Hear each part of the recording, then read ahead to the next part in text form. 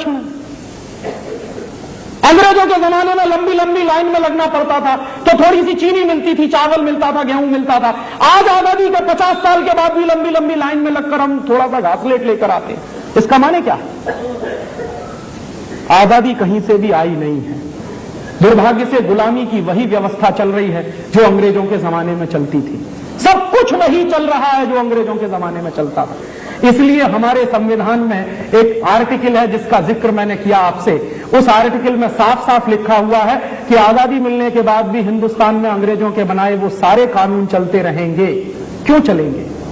और ऐसा संविधान हमने स्वीकार क्यों किया? फिर दुर्भाग्य से जिसको आप अपना संविधान कहते हैं वो अपना नहीं है। 1935 के साल में अंग्रेजों ने एक कानून बनाया था जिसका नाम है गवर्नमेंट ऑफ इंडिया रूल।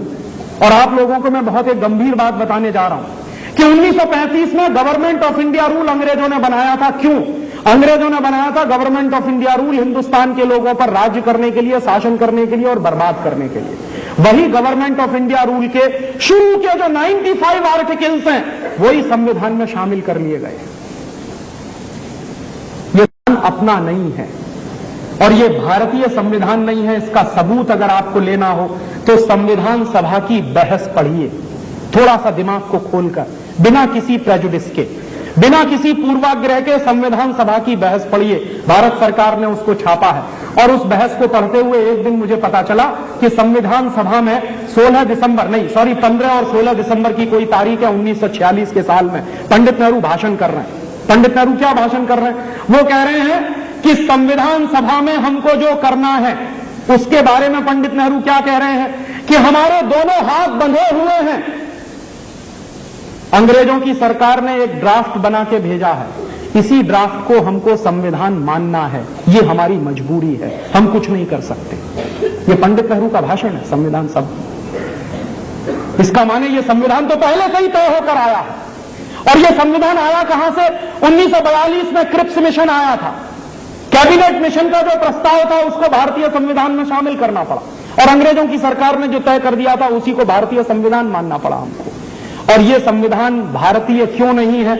क्योंकि इस संविधान की प्रस्तावना में बहुत साफ साफ लिखा हुआ है इंडिया दैट इज भारत। अगर ये संविधान भारतीय होता तो उसमें लिखा होना चाहिए था भारत दैट इज इंडिया। अगर वो हमारा होता संविधान तो भारत पहले होता, इंडिया बाद में होता। वो संविधान हमारा नहीं है, इसलिए इंडिया पहले है, भारत बाद में है। और जब संविधान ही आपका नहीं है तो संविधान की कसम खाकर राज्य चलाने वाले लोग आपके कैसे हो सकते? जब कानून आपके नहीं है तो कानून की कसम खाकर राज्य चलाने वाले लोग आपके कैसे हो सकते? कसम किस बात की खाई जाती है? कसम खाई जाती है संविधान की और कानून की। तो वो कहते हैं कि हम rule of the law follow करेंगे। तो रूल और लॉ तो अंग्रेजों के बनाए हुए हैं, उन्हीं को फॉलो अगर कर रही हैं आपकी सरकारें तो ये आपकी है कहां? ये तो गुलामी का तंत्र है जो चल रहा है। और ये गुलामी कितनी भयंकर है इसका एक छोटा सा उदाहरण मैं आपको दूं। बिना हंसे इस उदाहरण को समझिए गंभीरता से। हमारे देश की पार्लियामेंट कितनी गुलाम है इसका एक उदाहरण मैं आपको दे रहा हूं। आप कभी सोचिए अपने मन में और पूछिए ये प्रश्न अपने आप से और अपने धारा सभ्यों से या खासदार से, आमदार से। प्रश्न ये है कि हमारे देश की संसद में बजट जो होता है वो 28 फरवरी की शाम को 5 बजे क्यों आता है? ये बहुत गंभीर प्रश्न है। क्यों? आप पूछेंगे क्यों?